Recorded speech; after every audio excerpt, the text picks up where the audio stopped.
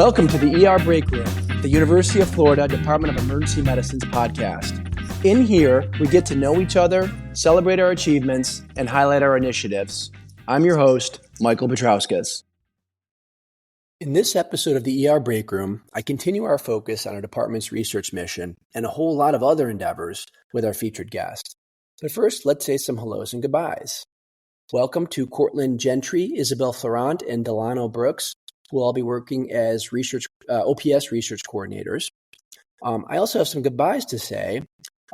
First off, Dr. Casey Carr, who actually already left for UF Health Jacksonville, and then Dr. Tiara Smith, who is off to Emory this month.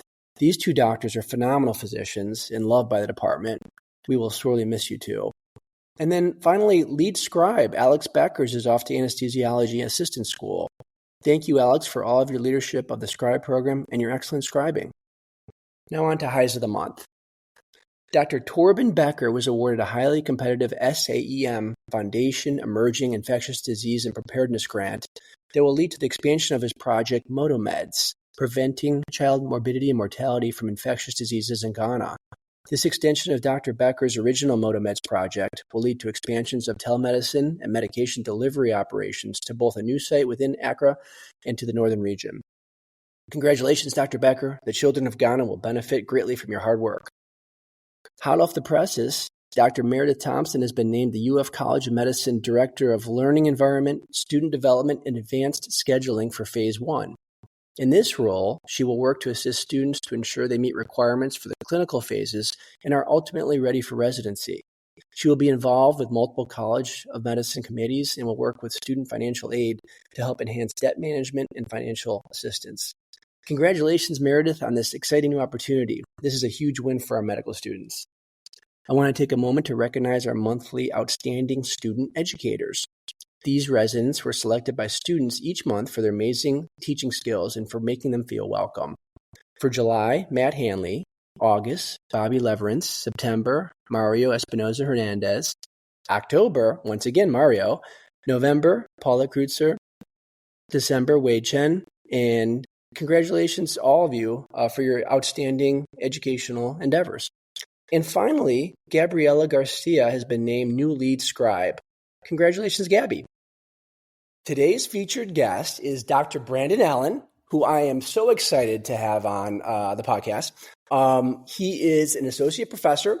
He is the current director of the new ED observation unit. And I think of Dr. Allen as like the Renaissance man of this department, because he has done so much and has worn so many hats and been involved in so many arenas. And his past includes serving as director of the UF Health Shands ER, vice chair of clinical operations, associate chief of emergency services, medical director of the UF Health Chest Pain Center, medical director of the ED Scribes program director of the administrative fellowship. I'm sure there's many more, and maybe we'll touch on them throughout our conversation.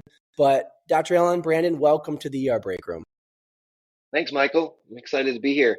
That was a mouthful. Sorry you had to do that. Well, I feel like I've maybe recapped, a big chunk of your career there. You're like, wow, that was a lot of work. Mm-hmm. Well, a lot of great people around us too to do all that. Absolutely. Sure. And a couple months back, talking to Jennifer Light, she talked about you as when she was forming the PEDS-ER and her experiences and things like that. And Dave Roberts, when he talked about you and all these different people have, you've been in and out, and we've been in and out of this story of the UF Emergency Medicine Department. And, right now I'm kind of on a little bit of a research arc with this podcast, but also, you've got some things I want to talk about in terms of athletics and the athletic podcast I did. And then also, just you've done stuff in leadership. And so you touch a lot of, like I said, you check a lot of boxes. So let's start off though. Where are you from, Dr. Allen? Yeah, I'm from South Florida, Broward County. Uh-huh. I was born in Broward General and Hollywood, Florida. Then we moved to a city called Plantation, Florida, which is in Broward County. I always say I'm from Fort Lauderdale because you don't want to say you're from Plantation. People start to look at you funny.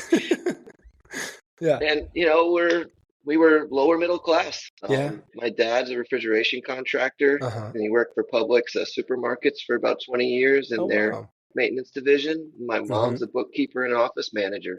Neither Mm-hmm. of them graduated from college. My mom never Wow. went to college. Wow. And my dad, he went to University of Missouri for a couple of years. He Mm-hmm. got a D in physics, and then he went to Vietnam. And then after that, Wow. he became a tradesman. So Wow. Wow. Brothers, sisters? I have an older brother. He's Uh-huh. also a machinist and mechanic, incredible Yeah. with his hands and does some great stuff. He now works for um, Harris Corporation, who does a lot of Huh. DoD stuff. Wow. Well, gosh, I feel like that's interesting. Like, people that come from families that didn't have any relatives or like parents, grandparents in medicine, it's really a big jump, right? Do you even think you're capable of doing that? Oh yeah, we didn't even have any, I don't think, nurses in my family. Mm-hmm. One Mm-hmm. of the big drivers though is my dad's mom and his side of the family had Huntington's disease. Oh, And interesting. he had three siblings, and it went true autosomal dominant 50-50. Two of them Wow. had it, two of them didn't. He didn't Wow. have it. And Wow. seeing that and not really understanding what that was, and then Mm-hmm. also having my mom's dad, my grandpa, died when I was in middle school Mm-hmm. during his second cabbage, Wow. and Wow. he would never stop smoking. Was a big driver of me. Like I even put this, I Yeah. think, in my personal statement. I had Yeah. like more questions than anything, Mm-hmm. you know, Mm-hmm. and I was always curious in that respect. And then all the injuries during sports like lead you to Mm-hmm. just want to be like, I want to be able to fix myself was another driver, I think. Yeah, yeah. All right, talk about the sports. When you this. Go ahead. Yeah, when you start, I'm guessing you started middle school, high school. Oh yeah, I mean, I started with my main sport was football, Hmm. but I played little league baseball, soccer, kind of all of them. And Hmm. then I played tackle football starting in, I think, fifth or sixth grade. Uh-huh. Uh-huh. And we were on a really competitive travel team. And then I Yeah. moved into high school where I was quarterback on the JV team. And then I Hmm. moved up to varsity as a sophomore and then was a Nice. starter They they intermittently in my junior and senior year. they bumped you up. You must have been good then. I wasn't the best athletically, Hmm. but I knew all the plays. I could get everyone lined up, and I didn't make a ton of mistakes. So Hmm. that's valuable, right? When Absolutely. you're playing against another team and doing those things. And I think that led to me being able to play in college too.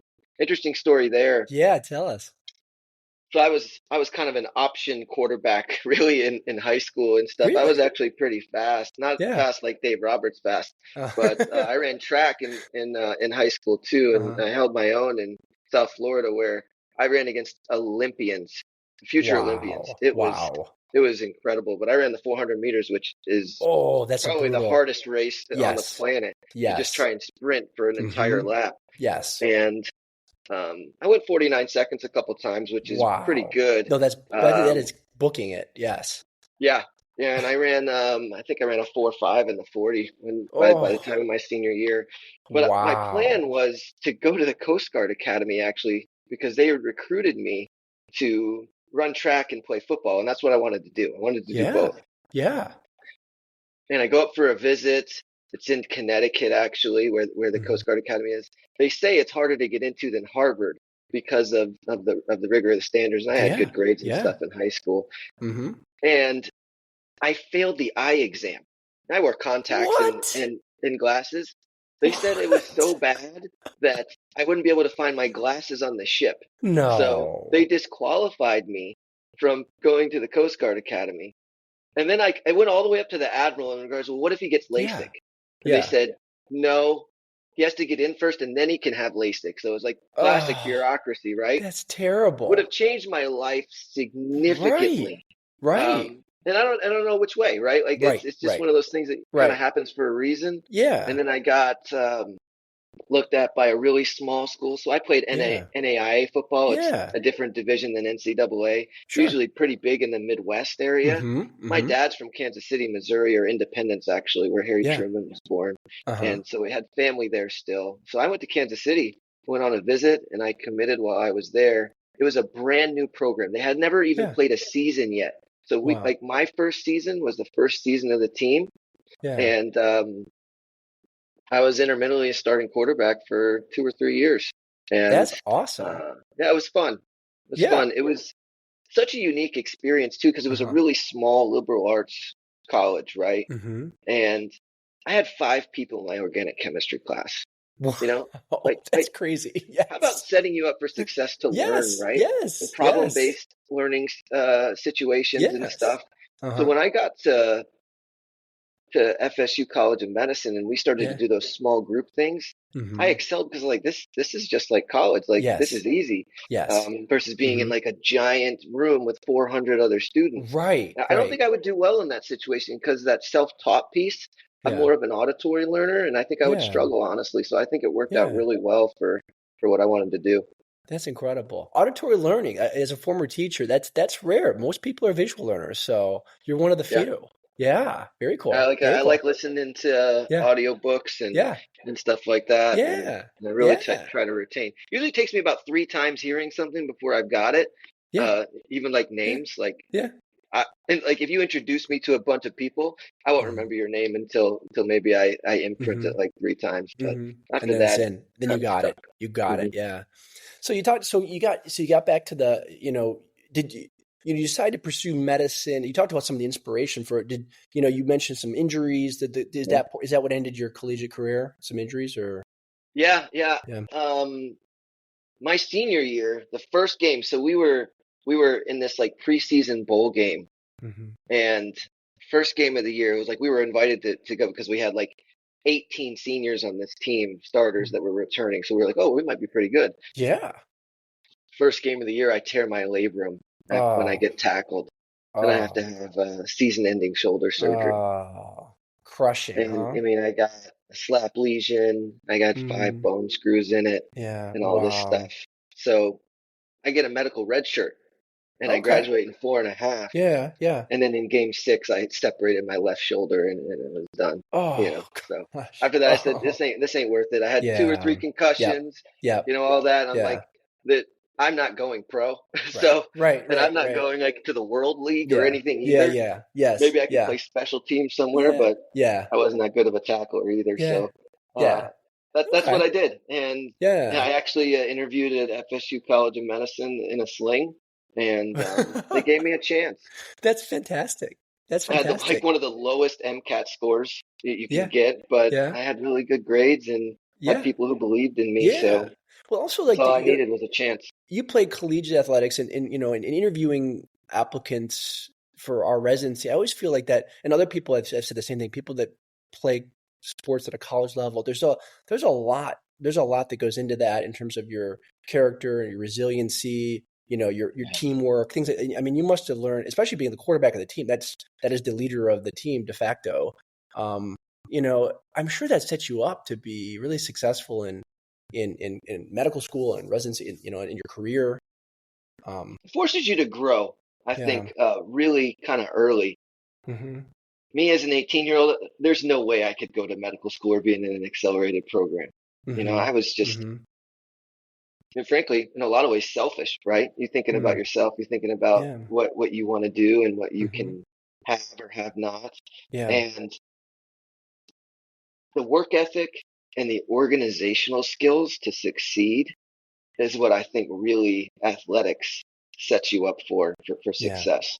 Yeah. And waking up in the off season at 5 o'clock in the morning to do weights every day, Wow. and like sometimes being so sore you can barely sit down on the toilet, Wow. like Yeah. Yeah. those are things like, and then, oh wait, by the way, I'm going to take a small nap after I eat as much breakfast as possible. Uh-huh. And then I'm going to go to class for 3 or 4 hours. Oh gosh. Yeah.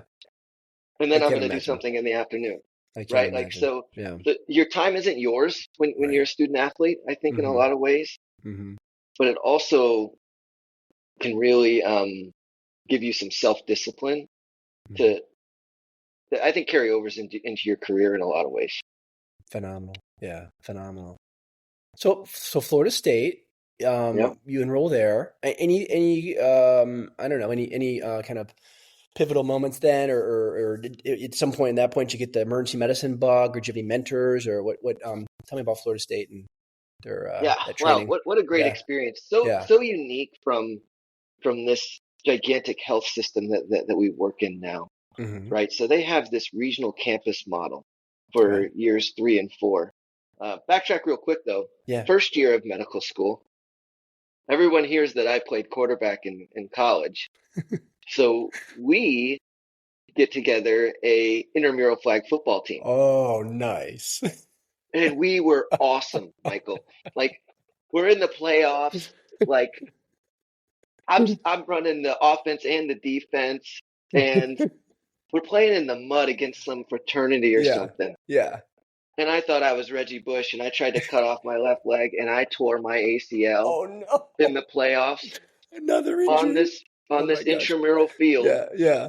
in Tallahassee. Wow. And the next day, just happenstance, Yeah, sports medicine interest group is having something like at lunchtime, yeah. and the team doc for FSU is there.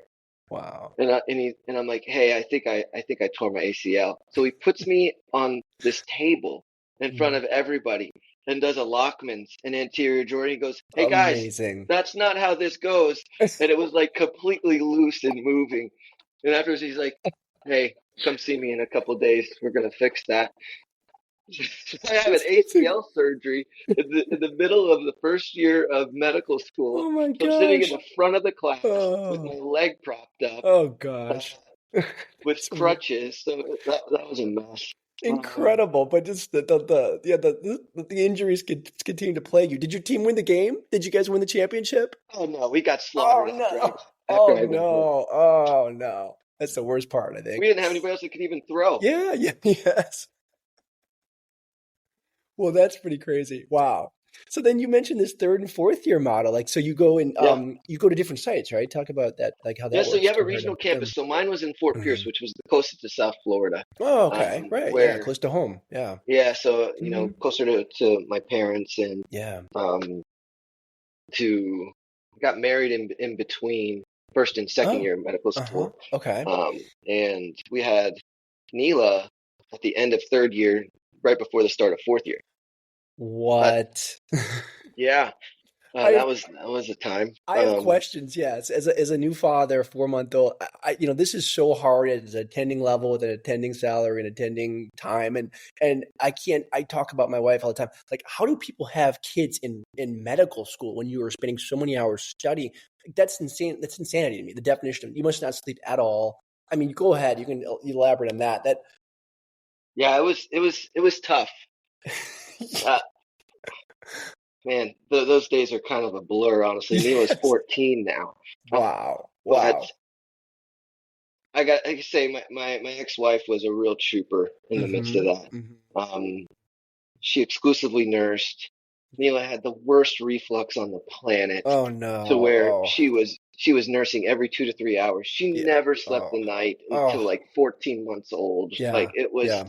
it was a really challenging first That child. sounds horrible. That sounds Pregnancy was fine yeah, otherwise, and everyone yeah. came out healthy and everything. Hmm. But that was really challenging because Wow. I didn't own my time either, right? Like I had No, to be no. somewhere. I had to be Right. functioning at a high Yes. level at Yes. all Yeah. times. Yep. And what did that look like? Well, it turned into a lot of probably selfish decisions on my part, to be honest, in Yeah. regards to that. And I've Mhm. heard your other podcasts with other parents and stuff, and Yeah. Yeah. I really want to commend the other Yeah. Tim faculty and and residents Eric who and have Taylor parents. I and mean, yeah. they Hmm. really have a great approach to do this in a selfless way and in a way to preserve that bond Yeah. and to make sure that their spouse feels supported. Right. And And in some I fairness think to it's you, really good. Brent, I know you'd say you'd sell, but in some fairness, I think, I mean, you said 14 years ago. 14 years ago, I don't think we were at a place in institutions that supported families to the point that we do now. I couldn't agree more there. Yeah. Share another story. We'll finish College of Medicine in a minute, but Yeah. I had Owen in between second and third year of residence, second Hmm. year of residency. Hmm. And I think it was, so he was born on September 1st. Hmm. So yeah, so it was on the day of conference. And I Oh, remember wow. I was like, hey, I don't think I'm going to make conference. My wife's having contractions that are pretty close together. Uh-huh. And then she delivered that morning. I actually got to help deliver Oh, that's on cool. with Yeah, with that's really with our cool. OBs here, which was Yeah. super cool. Uh-huh. Um, but I was back in a week. Wow. I was back in a Oh, week. oh, I took that's a week. just, yeah, that's absurd. That's crazy. And once again, that level of burden on the family and on your wife, Yeah, and that's just, yeah. and in residence hours. And back then, residency was probably more hours than it is now. And you just were gone. You didn't have a choice in that matter. Yeah. That's Yeah. crazy. No, I That's felt nuts. supported, but I Yeah. just didn't feel like I Yeah. could. We only had 8 residents a year then, and I just Wow. didn't feel like Yeah. I could let the Right. team down. I guess that goes Right. back to athletics, right? In a Yeah. lot of ways, Yep. in that Yep. mentality, which I think Hmm. I'm glad that the lens has changed on that in a lot of Yes. ways. And I think it's so Thankfully. much better for wellness. Absolutely. Absolutely. Yeah. Amen to that. So So yeah. back So to the yeah. College of Go back. Medicine Hmm. and the regional campus. What a cool model, in my Yeah. opinion. Yeah. Right. So I never worked with a resident, Michael, Hmm. until I was in residency. It was Wow. all attending level, That like graduated responsibility. I was doing that's things awesome. at a really high level, really Hmm. fast, Hmm. procedurally. Like, I don't want to. Yep. If you want to do it, you can do it. They Right. were calling me to go round on patients first and Hmm. then report back to them, Hmm. like things. And then also seeing, because this was a model in community hospitals, right? Hmm. Hmm. Seeing the business of medicine at Yes. a very young age, I guess Hmm. you say, as a student or Hmm. as a young physician, Hmm. was eye opening in itself, Yeah. good and bad, frankly, Hmm. and what that looked like. So Yeah. I I have a different lens, I think, even though I've been academic since finishing training, Right. but I know how it works out there because Yeah. I saw it with Yeah. my own eyes Yes. in so many ways, which I Hmm. thought was a great way to be prepared for emergency medicine training, Hmm. because the graduated responsibility was great. Like, we'll give you as much as you can handle. Yeah. So me, I'm like, I'm gobbling it up, right? Yes. Probably at the Yes. expense of time with family and all that stuff. But I mean, they were calling me like, hey, I'm Yeah. at my son's baseball game. Can you go see this admission in the ED? I'm like, sure. Like, what do you say? Do you say Yeah. no? Like, you No, don't no, say no. no, I you're don't. like you feel like an integral part of the team, like an important person that's vital for this healthcare of these patients, for sure. I mean, and Yeah. also excited, like, wow, this is me. I'm gonna go admit this patient. Yep. Yeah. Still have some really great mentors from Yeah. my time Yeah. there. Mm-hmm. Our regional campus dean actually passed away a couple of years ago, Mm-hmm. which was pretty big for that campus. Yeah. And actually, this was really tough during fourth year of med school. Um, One of our mentors, like, we had an awesome psychiatry rotation Mm-hmm. because there was a behavioral health center right there, Yeah. and like I should have known I was going to be an emergency physician once. I was like, oh, I gravitate to this as like, this is like something that we should Yeah. embrace, you know? Yes. Yeah. Yeah. Well, he he um he died by suicide Oh my in my gosh. fourth year, and Oh it just no. ripped our class Oh apart. And wow. so that was really tough, Mm. and Wow. understanding a lot more about what people are hiding, Yeah. Yeah. when they're Yeah. dealing with stuff. That was that was tough for all of us. It Mm-hmm. was really impactful. Wow. Wow. Yeah. Gosh, man, that's crazy. Wow. Yeah, that sounds like you actually had more of an experience from your College of Medicine and than I expect. Like, I don't think many people have that level of impact from their time in med school. That's really powerful. All together, all those experiences together. Yeah. Um, and then you went from Florida State, and I mean, when you're growing up, were you any affiliation with University of Florida, the Gator? I mean, did you follow the football team were you just curious? Were you a fan of a college football team as a child? Oh yeah. Oh yeah. What So were this you? is What? I'm so messed up in this in this light, Michael. Okay. All So right. born in South Florida, like Yeah. Miami Dolphins, of course, Yes. from that Mm-hmm. standpoint. Yes. Miami Hurricanes, Mm-hmm. huge hometown team, right? But Mm-hmm. man, I love Danny Werfel and Yes. the Fun and Gun with Steve Yes. Spurrier. Yes. I still have his Yes. jersey that I had like when I was in middle school. Uh, Okay. All right. All and, right. and then I go to Florida Yeah. State, and I'm Yeah. like, I'm such a traitor, but man, You, what a great education, and that's I owe true. them so much. Yes. And then I Yes. match at UF, so it's Uh-huh. like, oh my gosh, You came home. You came home to UF to the that's Gators, right, that's right. but I don't think there's. I don't think I can't fault you. I have nothing against Florida State. I think they. I mean, I know there's supposed to be some of a rivalry there, but wow. So I guess you probably enjoyed being a fan of all three major college football programs in the state of Florida. Then it seems Yeah, I like bleed orange and yeah, blue now. that's good. But Yeah, you've been here a if they're while, not so playing, I'll root for our yeah, Florida teams. sure, I sure, still of follow course. the Hurricanes pretty close because my dad and my brother, Mm-hmm. that's their team. Oh, So, absolutely. but Yeah, we you got always to like keep to watch that. games together. Absolutely, yeah. So you came to UF, and you mentioned one of 8 residents. So this is probably what earlier. How I mean, was this? When did the residency form, and when did you start with them? I think the residency formed in the early 2000s, and Yes, I started in 2010. 2010. Okay, okay. So 2010, it's been established for a and they little had just while, opened the right? South Tower Oh wow. in 2009. Was the So ER over there yet, or no? yes, so It was when over the there. South Tower opened, Okay, it opened with the ED there. gotcha. And I think Dr. Light said this too. Mm-hmm. The PEDS ED was in the South Tower as well, in what we Mm. have the HVU now. Oh, that's In that right. You area did where the say that. nursing Yes. space was, that was the Yes. waiting room for the Right. PEDS ED. And we literally had Wow. only those little beds, and we had this little section. Oh, wow. I'll never Yes. forget Yeah. my first shift ever Mm-hmm. in residency was with Dr. Light, and who's a great mentor and still a Amazing. great friend. We still go to Yes. breakfast sometimes. Yeah, that's And incredible. she looks at me, Yeah. and I knew people warned me like, you better come 15 minutes early if you're working with Dr. Light, because if Oh. not, you're late. And she looks at me, she goes, Alan, do you know what a Pott's puffy tumor is? And I said, no, Dr. Light, I have no idea. She's like, well, you better look that up because that's in bed 4. And I'm like, what is happening right now? And we had a CT, and Whoa. the Pott's puffy tumor Yeah. is like a osteomyelitis Uh-huh. of the forehead or of the Yeah. skull. Yeah. So I'm like, holy cow, this person had like this big goose egg looking thing on their head. And I'm like, I haven't seen that in medical school. So Wow. That was day one. that was day one.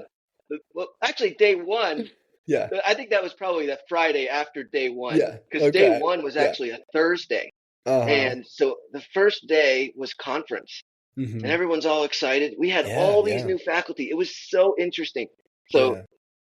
Mike Marchick's first day was my first day when he was What? faculty. No way. Yeah. Yep. Carmel Ellie's first day as faculty was What? my first Oh day. my gosh. Tricia Swan's she was That's Falgiani then, crazy. and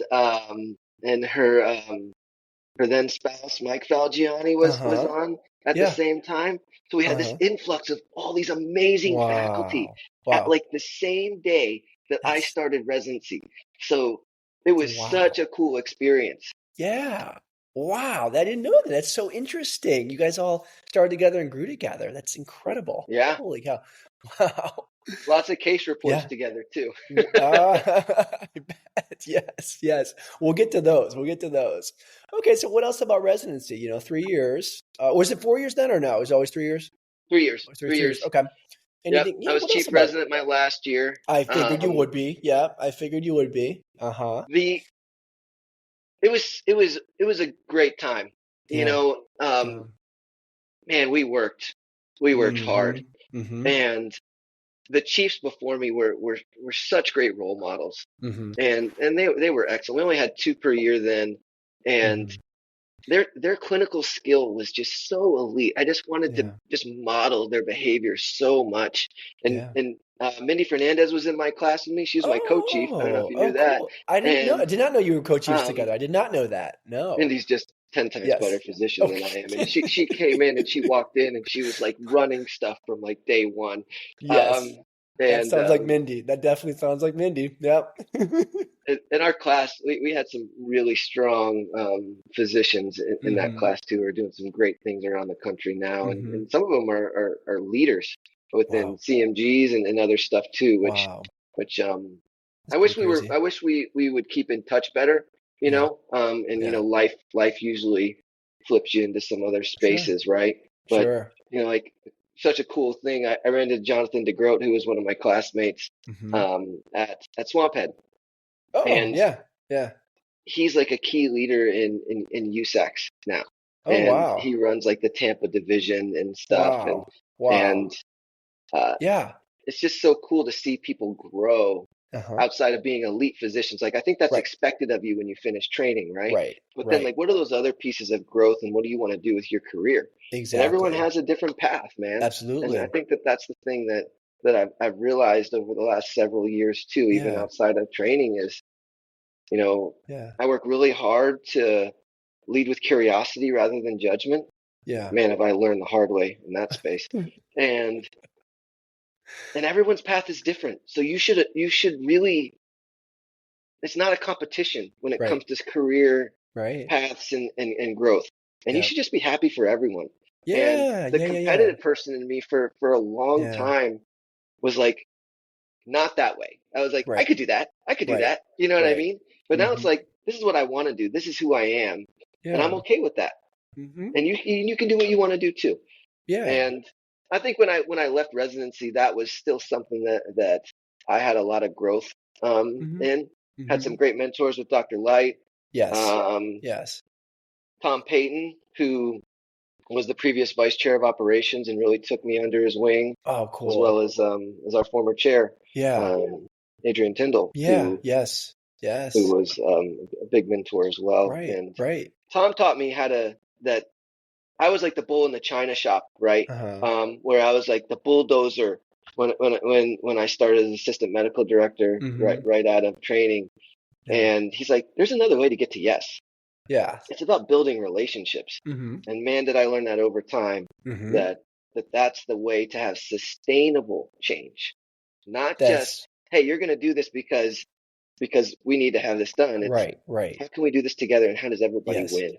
Yeah. And Yeah. you know, I'm still learning how to do that, and I've been doing this in some way, shape, or form for a decade as a Right. faculty member. Right. No, but Brandon, you make some great points there. Like sustaining relationships, looking at this as a not us versus them in terms of specialties. Is like this is our institution together. We Mhm. need to do this together. We're all on the same team here. Our residents aren't competing for pursuit. Everyone's learning together. We have to view that as an institution beyond just our specialty and our department. And it sounds like you do that. You embrace that, and also I feel like time smooths out a little bit of sometimes of the maybe the fire in your belly or something, kind of just simmers it down and makes and you've gotten that time, that wisdom, that experience to make you very, I'm sure, A lot extremely more effective. patience, a lot more Patience. Yep. patience Yep. over time. People Yep. still think I'm pretty impatient, but they should have seen me in 2013. Oh. Uh, Hey, there's a reason why you were a college athlete and a competitor and a quarterback. Like that. You need that in some degree. But I yeah, think that like your wins would be more sustained now, like you were saying, because of where you're at now. I think so. And for the yeah, department, like it's wins for all of us. So that's huge. So talk about we're going to talk about the research in a minute here, but one more thing I want to do. So you talk about staying on as faculty here, the transition.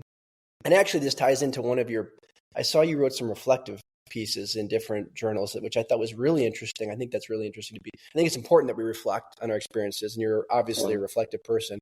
Talk about that transition and then maybe what you wrote about it. sure. Um, Actually, I was very fearful and apprehensive about that transition mm-hmm.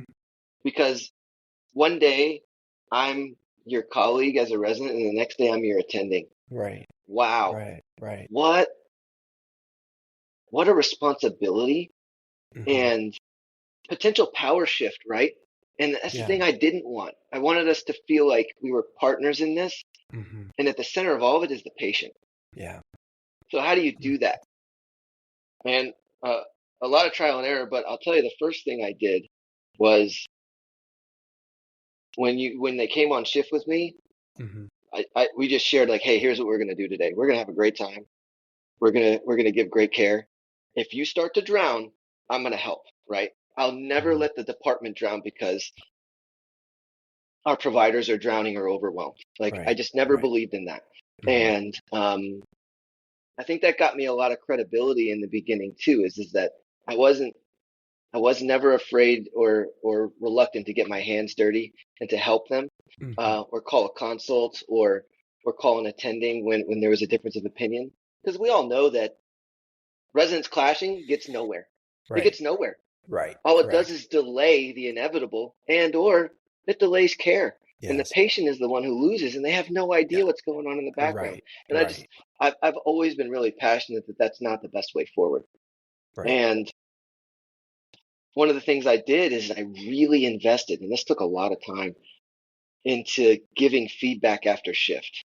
Mm-hmm. And what I Mm-hmm. found out is man, they craved feedback. They didn't care if it was positive, negative, neutral. I Yeah. even put little clinical questions and pearls in there, and they Wow. responded.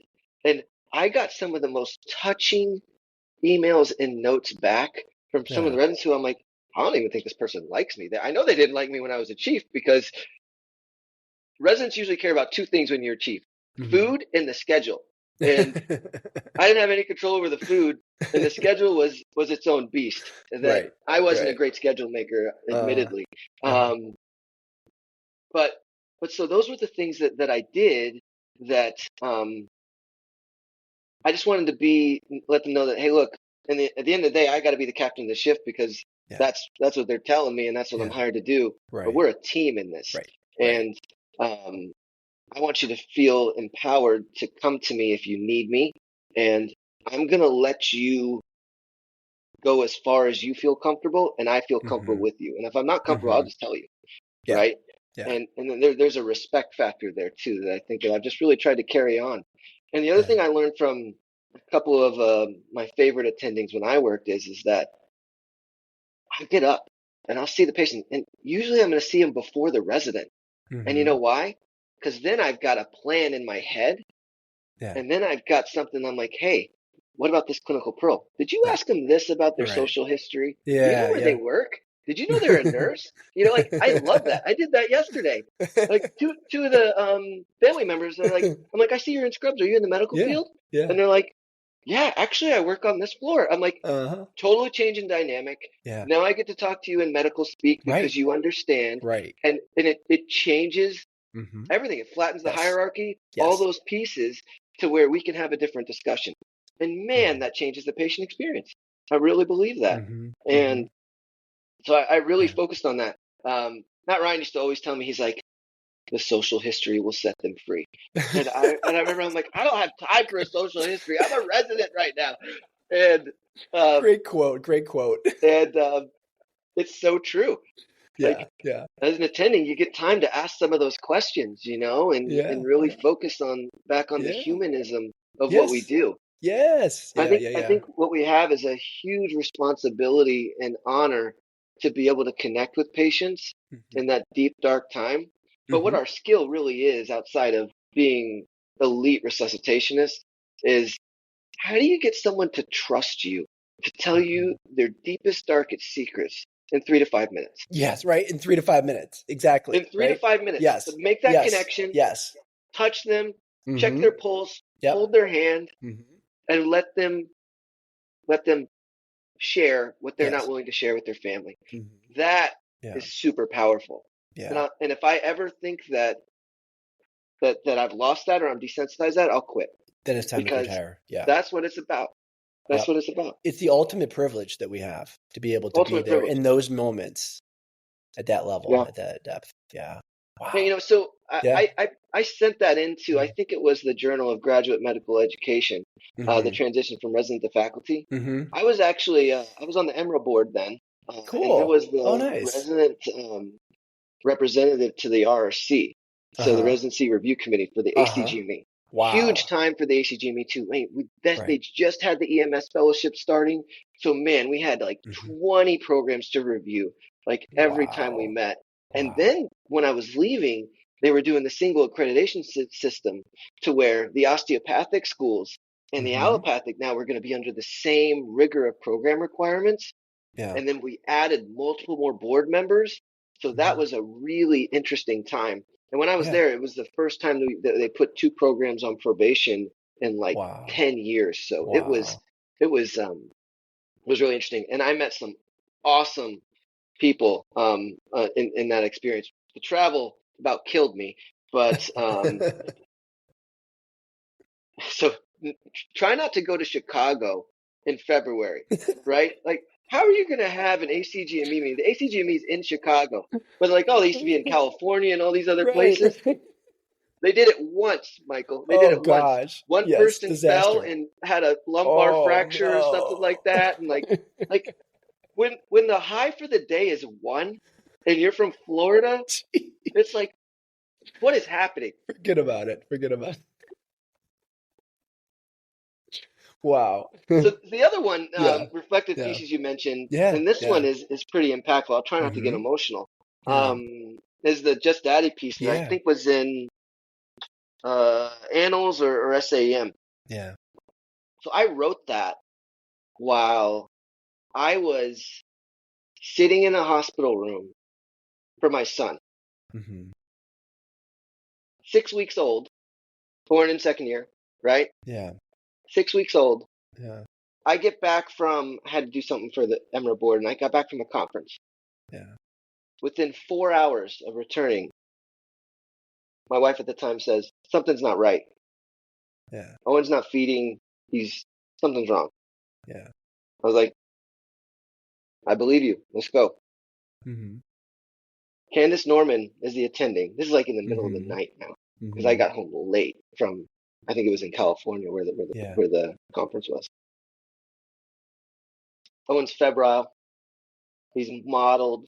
I'm like, oh my God, what is going on? Yeah, 6 weeks. I'm like, he's septic. Yeah. We get a KUB. I lose it because I'm like, it looks like he has a bowel obstruction.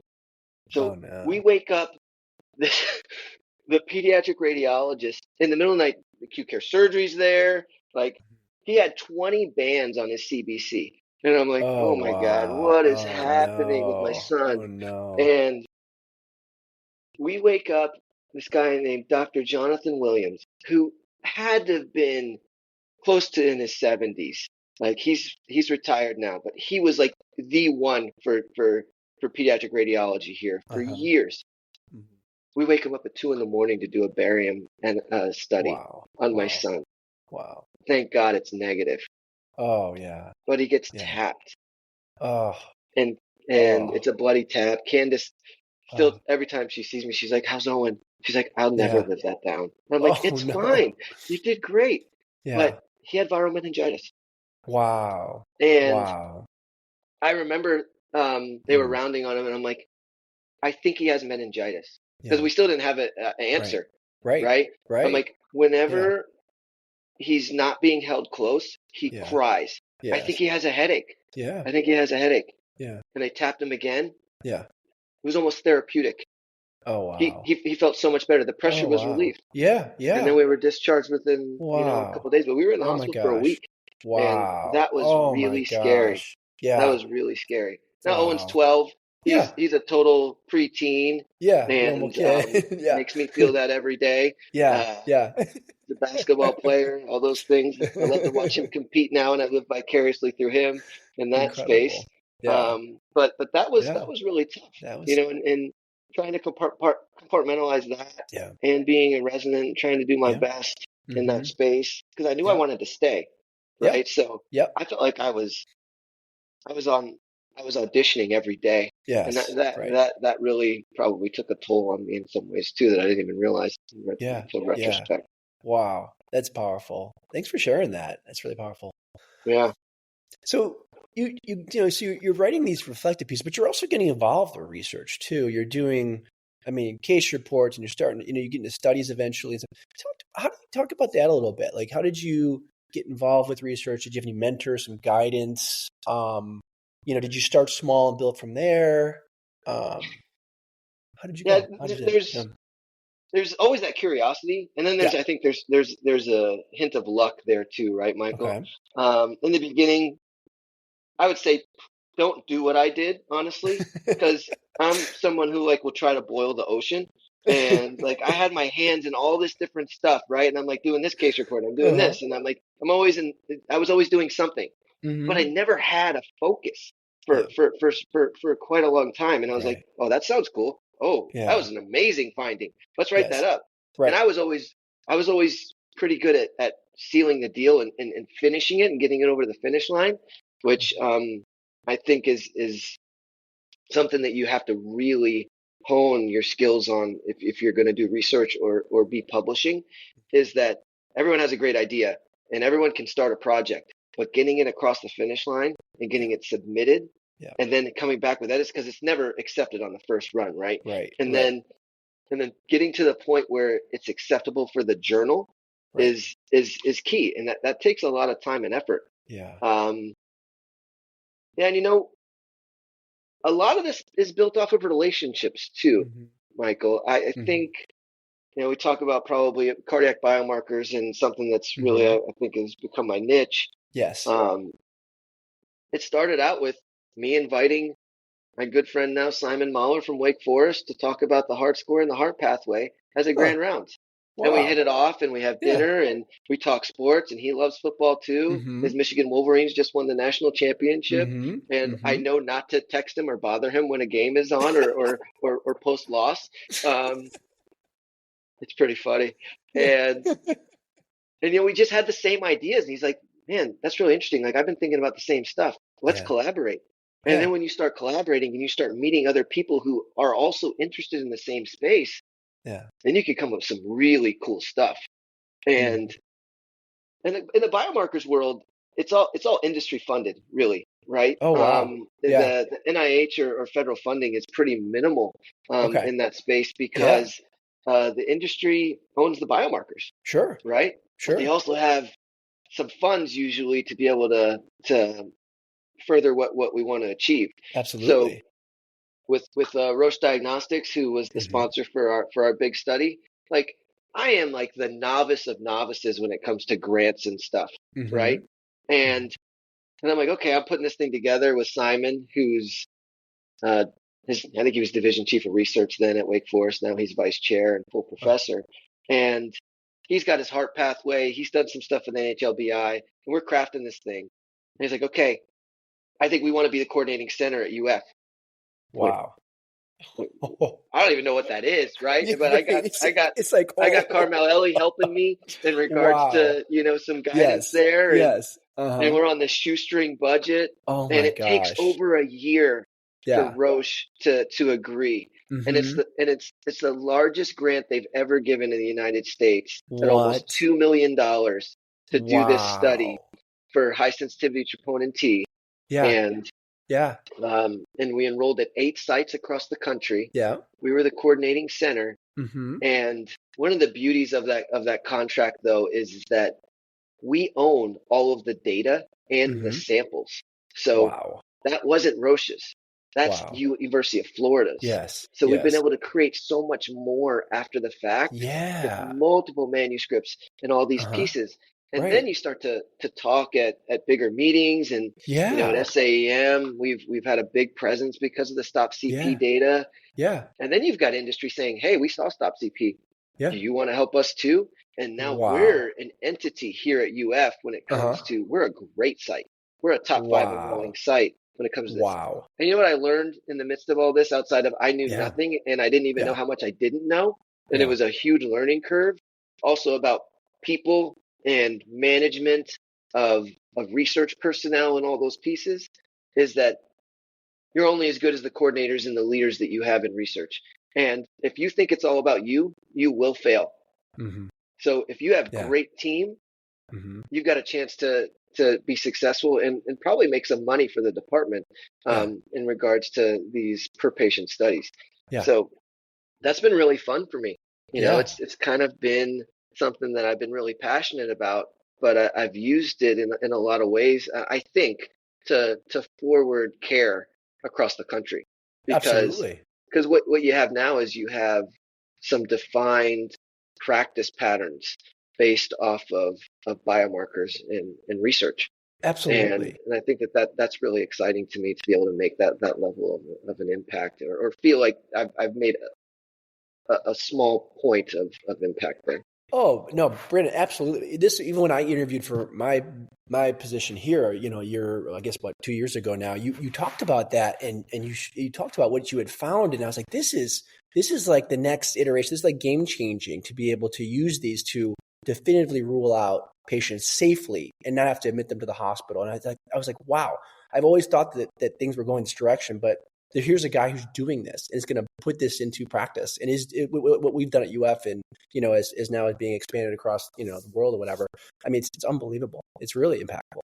And, thanks for that. Yeah. And the next step after that is AI, right? Like everything is like exploding in that space. Talk about that. You're involved there. Talk about that. Yeah, Yes. So yeah. I'm pretty excited about this. So what's the hardest part of our job when we're talking about risk stratification for patients with possible acute coronary syndrome? Is that intermediate zone, right? It's not the low risk. It's not the high risk. Right. It's that yellow, right? It's the yellow. It's the intermediate zone. It's that HERE score of 4 to 6, right? Or in that space. And it's like, well, what if you could use AI and predictive analytics to say, to do a better risk stratification in that space? Yeah. I mean, that's like a huge piece outside of point of care high sensitivity troponin, which will breed speed and efficiency and faster decision making for us. That's the other piece, is like, can you safely send this patient home? Mm-hmm. And if not, well, why? Right? And so I was in a working group with some other key really, really big thought leaders, way smarter than me, on this, but I was kind of the practical guy. I'm like, okay, so here's what's going to happen at the bedside. Yeah. You have to integrate past cardiac studies in this algorithm, or people are going to throw it out the window, because they're going to be like, yeah, that's great, you're telling me all this, but they had a CCTA within the last 6 months that had angiographically normal coronaries. So why do you say that this is the risk, right? Mm-hmm. So now they went back to the drawing table after we were telling them, like, you have to integrate this. And then what if it's integrated into the EHR? It's not a separate program, but it's in Epic, right? And it's in your interface. Mm-hmm. So then you have true clinical decision support in your note. Incredible. Wow. That's next level stuff. Game changing. Right? Game changing. That's next level stuff. Yes. Yes, it is. Absolutely. And so specifically, do you have a grant with this, right? You do, right? Right now with AI? We've got some small funding. A lot of it is we're utilizing, the data repository for University of Florida, right? And just years of data since we've had the high sensitivity assay, which is from May 2019. Wow. So they're like, we want all that, right? Yes. And then they're like, how do we use this? And then we go to this other large health system and gather their data, right? So now you've got millions of data points in this macro data, and you say, how can we drive change in clinical decisioning? And then after that, you do a prospective study, right? And then you learn from the algorithm. That's the part where it really gets elite. Is like, okay, you've got all this retrospective, perfect. That's research, okay? But now you've built the tool. And now the tool can learn from itself. Yeah. In a prospective observational manner. Yeah. That's exciting. That's crazy. That's crazy exciting. Yes. That is the future. That is the future of medicine. I mean, that is unreal. It's so cool that you're doing that here right now, or you're building this right now, Wow. Now we've got an R01. Yeah. Simon got an R01 recently, where we were an alternate site, and Fahim and I are working on bringing that here too, where there was going to be an integration of the CDU into the grant too, as an inpatient versus an outpatient arm. So that one's really exciting. We're going to share more about that probably in the future once we get the contract started and stuff. But the challenge is actually in that intermediate group. Do they have to stay in the hospital? Right. That's the big question. Or are the outcomes the same if you have close follow-up with a cardiologist or PCP in a clinic?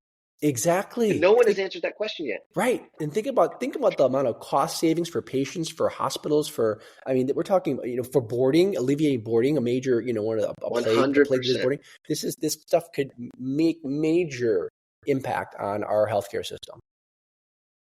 Yeah. That's so exciting. That's cool. Well, you mentioned the CDU, and just so man, I feel like we're never going to get to talk about everything that you've been involved in here, Brandon, but let's talk about a little bit, and not to just, I don't want to cut off, if you want to talk more about research, we can, but you mentioned the CDU, and you've had, I think this is now putting on a different hat. You're kind of your leadership director type hat. I mean, you spent how many years as director of the academic emergency department? Yeah, I think it was 6 or 7 years. I think 6, 7 years, and you were assistant before then. Yep. Yeah. Yep. I was So assistant from 2013 to I think 2017. yeah. So you're talking over a decade of leading the academic, which during that time saw what, astronomical growth, correct? And change. Yeah, I mean, freestanding EDs all kind of sprouted up in that span of time. Right. Like I said before, Tom Payton was a huge driver of a lot of that. Yeah. And my big thing in the midst of that, when I was assistant medical director, trying not to boil the ocean, which I was cautioned on, which I usually don't listen, is pick a couple things that you think are going to be really impactful for the department. And man, I dove into that with things that I felt like, I think the best projects and the best outcomes come from things that you're passionate about. Yeah. And usually it's because it made you mad, right? Yes. Or there's another imprint, like emotionally, that has given you a drive to want to do that. And for me, I think it was a lot in the emergency cardiology space and creating some standardization with our pathways there, and then with our MVPs, our multi-visit patients. I really despise the term frequent flyer because I think it's a negative connotation towards a group negative. That when you look at it and you dive in deep, the comorbidities of these patients and the psychosocial challenges are so immense that it's a huge challenge to make meaningful change. And all we did in the beginning is we brought people from so many different disciplines and in a multidisciplinary group. And we just met and we said, okay, what do we know, right? What do we know about community resources for these patients? What do we know about what are some of the key drivers of utilization of the emergency department? Okay, access, huge, right? But what you don't realize is that they may not have a car. They may not have transportation to get to the appointment, even if you gave them an appointment. So diving deeper into those pieces and seeing what those key drivers were was, so gratifying to have a lot of people. I mean, nobody got paid or protected time to do this. And we met every 2 weeks to a month. And it was like the most uplifting meeting of the month. That's cool. Like people who all wanted to row in the same direction and all had the same common goal. That was just something that, Marsha Lewis has taken over that group now. And I know that she's going to make it better than I ever left it. But like to have that group and to work through that for probably the last almost 10 years and have sustainable change. Our readmissions for that group has gone down by 30 to 50%. Wow. Sustainably. In that group. And the group changes, right? The group. Sure. Right. Some of the patients die. That is 100% true. Right. But what we've been able to do with community resource involvement, and one of the things I think is the big driver, and people probably don't realize this as much, is that your case management and your social work group are the biggest cog and most important piece to these patients finding wellness. And the Camden Coalition showed that a long time ago. There's some great movies about that, even one by Atul Gawande in regards to that with Hot Spotters, if anyone wants to check that out. He did a New Yorker article too. But if you meet them where they're at versus expect them to come to you, you're going to have change. And that's something that I think that we really started to embrace here, and we made an impact. So pretty proud of that. You should feel real proud of that. Yes. And then, with the chest pain stuff, I'm still the medical director of the Chest Pain Center, and we've been reaccredited by the ACC for multiple years now. Been highlighted as doing some elite stuff. And all that is coming from relationships. I joined the Door to Balloon committee because I'm like, why are we having all these cancellations? Like, why is the first thing that a cardiologist thinks when they walk into the room is, I'm going to cancel this? We have to change that mindset, right? So was about building relationships. It was talking about, Yeah. all right, this is canceled. However, it was appropriate. And if I was Right. in the shoes of that emergency physician, I would have done the Mm-hmm. exact same thing. And Mm-hmm. if not, you give feedback, right? Yeah. And make it Yeah. into a teachable moment. Yeah. And Yeah. as we know with feedback, Michael, it's a fight or flight response. Yeah. So the Yeah. approach and how you share is probably more even important than the Yeah. message. And it comes back to relationships. If you have the relationship, it's not going to be a flight or fight response. It's going to be okay, let's Yeah. learn to, you internalize and then learn from it. So Yep. yeah. Wow. And the CDU, I think, is the Yeah. next step. Yeah, so right? there, go for it. Yeah. So now you're leading this I've next wanted endeavor. this thing for like Yeah. 8 years. Yes. Yeah. We put proposals together. We had it all the way up to senior VP of Health Affairs, the one before Dr. Nelson, and then it just kind of like, no, we don't have any space, or we're not ready, or something. And Dr. Patterson really helped get that across the finish line with the discrete event simulation, which was a brilliant move to demonstrate how this could impact the health system, because there was some really deep-seated opinions about how it worked in the past when it wasn't run by emergency medicine, and it was a chest pain unit, and why it failed. And those leaders were still here, so they had a lot of emotion around that. Yeah. And when you get objective and you show science and you show the potential impact, that's where we were able to get a real commitment from the hospital board. And now it's just been in the building phase. And man, the group that's been a part of this has been so diverse, so multidisciplinary.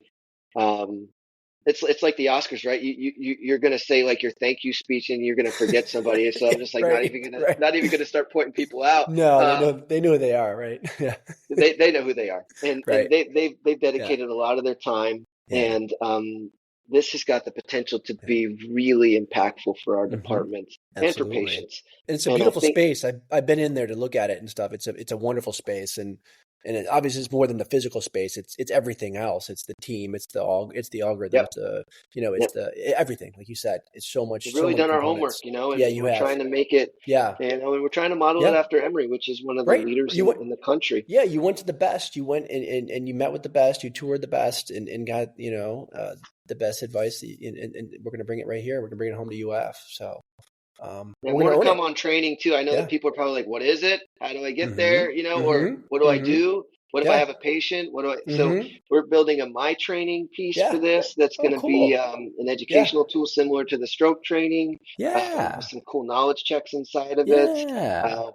From the standpoint of informatics, we're having a video with a QR code. Like we're thinking of all the ways, as you said, how do people learn, and how will people be able to say, could this patient be a CDU patient? And then start to say, oh, yeah, here's the exclusion criteria. They don't need any of those. Right. This person could be good. Let me contact the team and see if we've got space. Absolutely. Absolutely. Take the AOD and the hospitalists out of it. And let's run this and get them out within 16 hours. Absolutely. We can do this. We can do this. Oh, absolutely. We're going to do this. It's going to be great. Absolutely. All right. Turn it. Let's turn it to something not UF academic related, what personal. All right, you must have personal pursuits, family life, sport. How do you spend your non professional time these days, and how do you keep yourself well? Oh, wellness is always a pursuit. Yeah. A lot of it is sports and family, and one of the things that I've really tried to work hard on is creating more memories. With my kids, with my parents, doing things that are not mundane or like, hey, what are you doing this week? Oh, we're just hanging out. Like that no one remembers that, Right. When we took a quick trip to New York City, right before Christmas this year, we probably packed 5 days worth of stuff into 2 days. But we stayed right in Times Square. We froze to death. It was awesome, right? We got COVID, probably from the subway, whatever. But the kids are going to remember that, right? Absolutely. And they're going to have pictures, and they're going to have stuff, and they're like, man. And they're at the age now where that will matter, right? Yes, sure, I'm not cool. I'm definitely, to my son, the dumbest person in the world right now. But Oh, it'll come, Michael. You wait. Oh, it's already coming. Yeah, I know. I'm getting old. But they're also going to remember that, right? And they're going to Yes. remember Yeah. when we let their friends come Absolutely. over and spend the night or have a bonfire in the backyard, and Yeah. stuff like that. And Yeah. my daughter's a freshman in high school, and Yeah. spending time with her. Hmm. She's a competitive dancer. She has been for multiple years, and That's awesome. and living vicariously through them and their Absolutely. activities too. Yeah. She's incredibly talented. Yeah. Owen's really trying to craft his game in basketball Yeah. and invest in him. And then my That's parents, cool. my dad's 77 years old, and and Hmm. um, Hmm. and I he's in great shape. He's probably in better Hmm. shape than me. But Wow. um, knowing that that can all change as emergency physicians, right? Hmm. That can change in Hmm. an instant. Your Right. whole Right. everything could change in all those dynamics with everyone. And that happened to me this summer actually. I lost my cousin who Hmm. was very Sorry to hear close that. to, and she died while she was in Europe on a sabbatical trip. Wow. And she had just run 3 miles right Oh my before that gosh. and had a No. heart attack in Oh in my in her gosh. in her early Oh, I'm so 60s. sorry to hear that. She Yeah. was a partner in a huge accounting firm, Hmm. incredibly successful, Yeah. on multiple boards, and it's like just like that, man, just like Yeah. that. So Yeah. so what do you do with your life? You Right. know, It's so um, precious. It is so precious, right? it is, and Take and I advantage. think that Yeah. even doing peds shifts, right? Like Yes. I always want to Yes. do that because it also reminds me how healthy my kids are and how Yeah. fortunate I am Yeah. in that space, Hmm. which can also change in an instant. Exactly. And Yeah. some of the Yeah. hardest things I remember as an emergency physician so far, I've been telling parents that their kid has cancer, you Yeah. know, Yeah. or Yeah. recurrence of cancer, and crying in the hallway with a Yeah. fellow who whose kid I had to tell. I mean, I'll never forget that. Yeah. Um, Yeah. but that's the power of what Yeah. we do, Right. right? Like Absolutely. that's Absolutely. that hidden curriculum. Hmm. Michael, I talk Yeah. to Lars about that all the time. Sometimes he Yeah. shoos me away, but um, there's a hidden curriculum in every shift, right? Yeah. We Yeah. can talk about how you could bill and code this, Yeah. how you can make someone feel, like we in emergency medicine, we don't have control over much, honestly, Yeah. because we rely on so many others to do our job well. And what can we control? We can control our attitude. We can control our action and what we order, right? And we control how we make someone feel. And Yes. and outside of Yes. that, we're Yep. relying on others. Yep. So good thing is a lot of those things don't take talent. They just Yeah. take being a human. Yes. Yes. Oh my gosh. Wow. That is like, wow. I have a couple things to say just in response.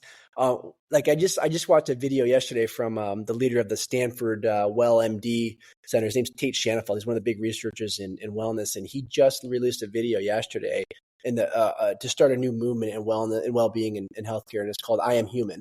And maybe I'll post it in the show notes. But that's it. It's like we are human. We bring our own problems into our shifts. We bring our own successes, and our lives aren't completely defined by just our medicine and that we perform. And so, but we bring that, we breathe it, and we offer that to our patients. And wow, that's wow, full circle for me there in the last couple of days. Man, Michael, I love But that. I want to yeah, see that too. I will. I'm gonna send it Um, to you. Yeah, and I'll put it in the I, show. I, Yeah. I like John Gordon a lot for a lot of the stuff that he does for positive leadership. Uh One huh. of the things he says is that failure shouldn't define you; it Uh should huh. refine you. And Nice. Nice. in a lot of spaces, I think that's where the most growth happens. Hmm. And I've done a lot of growing over the last couple of years, and Incredible. I'm excited about Incredible. where Yeah. it'll take Yeah. me. And one other thing I was going to tell you too, I learned this from our applicant this week, yesterday actually, for our residency. I asked him about well-being and whatever, and what he does, and he said that he had kind of come across a small research piece that said that looked at people who exercised versus did one new thing a week, one visited like one new place or saw like went on something, did something new every single week, and then people did both. And the happiest, most well people were people who worked out and visited or like explored a new place every single week. And that sounds like what you're doing. You're making memories. You're trying to do like just not just sit around the house. You and the fam are going out and doing new things and living your lives because life is precious, and and these are the times to take advantage. So I think that's That's when the awesome and kids are the wonderful. most engaged too, honestly. Yeah, Because really. if they're Oh, not, they're going to go in their room, and I'm going to have to text yeah. them for, "Hey, are you ready for dinner?" Hey, It's like we're at that level yeah, sometimes. yeah. Well, thank And you. from a wellness and physical Yeah. activity standpoint, we are really getting into pickleball. Oh, cool. Oh, that's so And fun. So I fun. got a So rower for fun. Christmas, which is really Yes. painful. Oh, So yep. I'm working on 5 minutes up with Awesome. that, but I'm not Awesome. too sore to function. Good for So you. those Good are for two you. things that Yeah. I'm trying to Okay. trying to Yeah, good for you do and your too. in the fam. That's awesome. Thanks for that parenting advice too. Yeah, the kids are engaged when they're doing things. Thank you. I'm Yeah. going to internalize that for about 10 years from now. Well, I mean, I've heard your Yeah. podcast too. You Yeah. guys are frequently, the one with Matt Shaw was awesome Yeah. in regards to you guys are always exploring what's going on downtown. Yeah. You know what I mean? Like, Yeah. Let's walk around. Let's keep see what's doing that. happening. Bring Yeah. bring your baby with you. You know what I mean? Yeah. Like, Yeah. let them Yeah. like just like Yeah. have that stimuli. Like, that's awesome. Absolutely, absolutely. We're bringing Aziza to the UF gymnastics meet this Friday against Alabama. I mean, two top 10 ranked. I mean, we're doing it. Why not? We got to keep living the life, keep doing it. She's already been to her first swim meet. We went and watched Julian, who I had on the podcast with Dave Roberts Yeah. last year. Watched him swim competitively, and we're talking about the a top five. If I think they might be even number one in the country right now, maybe number two in the country right now. The UF swim. And that's Yeah, something. And they're look at just elite. I mean, they're Caleb elite. Dressel was And there. Katie Ledecky there, trains there. and I don't think people understand. Like, I went to my first one. You walk in, it's a free thing. The place is rocking, and these Olympians who are training here, Dressel, he's the top swimmer in the world right now. Ledecky on the women's side, top swimmer doing distance. They do little exhibition swimming events at the at the swimming the competition, like the collegiate one. They just swim against each other for the fun of it. So you're watching the best in the world swim right here in Gainesville at UF for free. You're going to see the best of the we world. are pretty Unreal. spoiled with the elite Yes. intercollegiate sports Yes. that we have in our Yes. backyard. We really Yes. Right. are. How'd Yeah. Julian do? Oh, he did really well. It was they were I think they were playing a team that wasn't as competitive, but he killed it. I mean, he's Nice. doing great. Yeah, he's Great to captain hear. of the team this year. So yeah. He But really hey, exuded a lot of leadership traits when I was listening to him too. he's cool. He's so cool. Good kid. All right, last thing. Now, everyone, I always ask everyone this question at the end. Everyone says the people. So I've decided, kind of like in, Wheel of Fortune, where you can't pick S as your letter, or like that, AEI. Okay, aside from the people and the just relation, like right? rinse and repeat. It was the Yeah. people. The people. Okay, it's like, all right, this question is not going anywhere because everyone says the same thing. So is there anything else? I got to think, maybe I have to think of the best way to frame the question. Maybe is there anything else about UF that's unique or special, or something that some little thing you want to feature about UF, or one final thought? I don't know. What's the best way to ask this question? Maybe ask your advice, Brandon. Yeah, I think it's about a unique impact in a lot of ways, right? Yeah. And for me, like, building on the people is the relationships, Mm-hmm. right? Inside and outside of the department for me. Like, when I tell people around the country about my relationship with cardiology, Yes. and like with the chief of the hospitalist service, with Neela Radhakrishnan and Mike Masumi and Juan Aranda, they look at me and they go, "Hey, Brandon, that's not normal, right?" And I'm like, "No, I don't, because it's just what I know, right? Is that being able to reach across the aisle and everyone has the same goal, right? Is to give great patient care. And when that's the beacon, nothing else matters. But one thing I've learned, Michael, in that space is that to do right by the patient is rarely the path of least resistance. It's usually hard. It's usually time consuming. Yeah. And that's when we start to move towards, is this good enough? Right. And that's something that I've always been challenged with, is accepting mediocrity in my life and in other pursuits as well. You should see me on the pickleball court. At least my competitiveness goes there instead of into work. Let's do it. I will join you on the court. Love it. But yeah, so I think the Yeah. uniqueness in the special Yeah. is really Yeah. individualized, right? Yeah. And for me, so like that guy John Gordon that I was talking about, he Mhm. has this thing called a one-word purpose I've been doing for the last couple of years. He says, instead of New Year's resolutions, pick Yeah. one word that you're going to live by for the year. Mhm. And I was like, holy cow, that's really hard. He's like, it'll come Wow. to you. Like, Hmm. it'll come to you. So I made like the whole fam do it, right? Hmm. Rashan did it, Neela Yeah. did it, Owen Yeah. did it. Yeah. And we actually said ours in New York when we were at a restaurant too. Uh-huh. And last year's for me was engage, right? I was like, I Okay. want to engage and be present and not be on my phone when the kids are around and, and, Yeah. and really engage and be there Yes. and lock in. And this year, mine is build. Cool. I want to build Yeah. better relationships. I want to build the CDU or something like it. It's got so many different ways to flex it, Hmm. Many layers. and and I want to build something special, but I want to build Yeah. something impactful, right? I want to build Yeah. something sustainable, and Yeah. whatever that is. So I started to do that, and I think that UF has made it unique and special in that Yeah. I've been afforded a ton of opportunities that a lot of junior faculty at other places don't get. Hmm. And you can either run with them or you can let them go by the wayside. Hmm. And that's really up to you. But Yeah.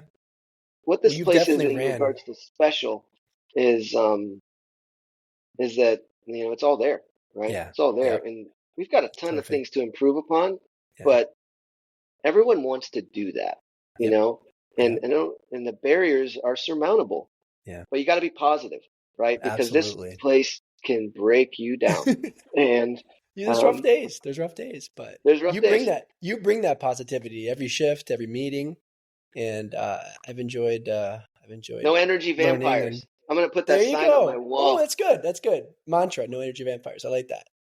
Well, hey, you've wrapped things up very nicely. Dr. Brandon Allen, thank you for being on the break room and being the special guest today, the featured guest. It's been a pleasure. Thanks, Michael. That's all for this episode. Special thanks to our chair, Dr. Mary Patterson, for supporting this podcast, and to Dr. Giuliano Deportu for composing our theme music. I'm Michael Petrauskas. Be well.